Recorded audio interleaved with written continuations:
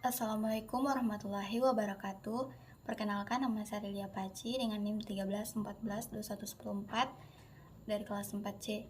Pada kesempatan kali ini saya akan menjelaskan materi yang berkaitan dengan peranan serta fungsi pemerintah dalam pembangunan nasional.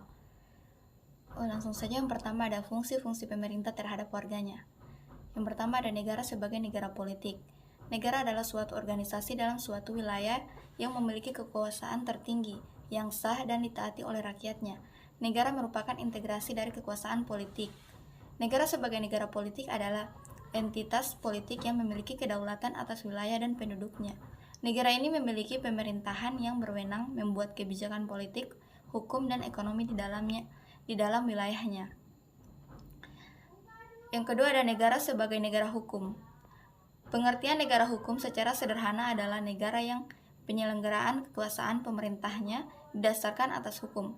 Dalam negara hukum, kekuasaan menjalankan pemerintahan berdasarkan kedaulatan hukum dan bertujuan untuk menjalankan ketertiban hukum.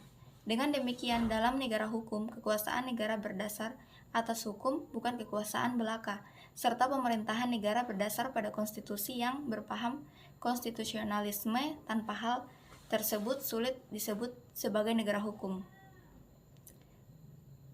Yang ketiga ada negara sebagai negara kesejahteraan.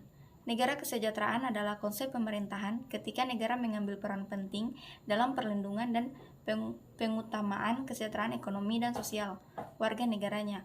Konsep ini didasarkan pada prinsip kesetaraan masyarakat kepada orang-orang yang tidak mampu memenuhi persyaratan minimal untuk menjalani kehidupan yang lebih layak. Yang keempat ada negara sebagai negara administratif.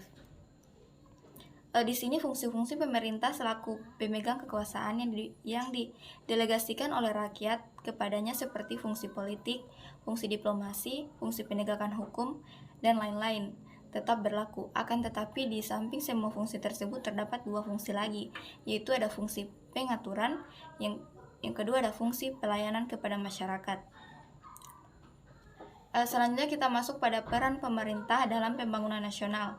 Yang pertama ada peran selaku stabilisator.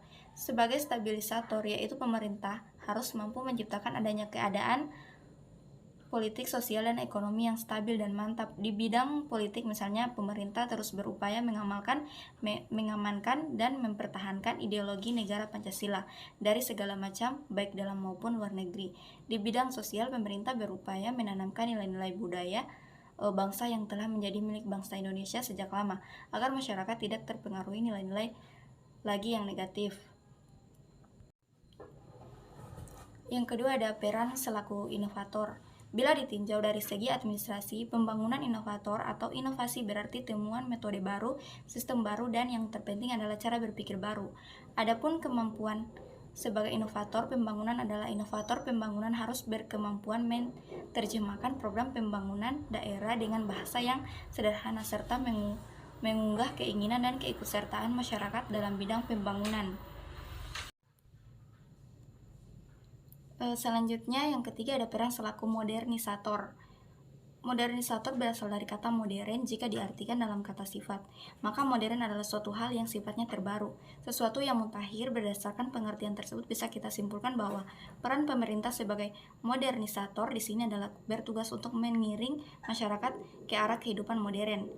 Yang keempat ada peran sebagai pelopor. Pelopor adalah seseorang yang merupakan salah satu yang pertama untuk memasuki daerah tertentu, sehingga ia harus menemukan jalan tanpa memperoleh manfaat dari pengalaman orang lain.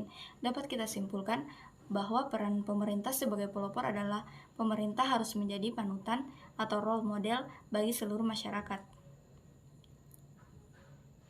Yang terakhir ada peran selaku pelaksana sendiri. Peran pelaksanaan sendiri artinya adalah pelaksanaan berbagai kegiatan pembangunan merupakan tanggung jawab nasional dan bukan menjadi beban pemerintah semata, karena berbagai pertimbangan seperti keselamatan negara, modal yang terbatas, kemampuan yang masih belum memadai. Oleh karena itu, pelaksanaan berbagai kegiatan pembangunan menjadi tanggung jawab nasional dan bukan menjadi beban pemerintah semata.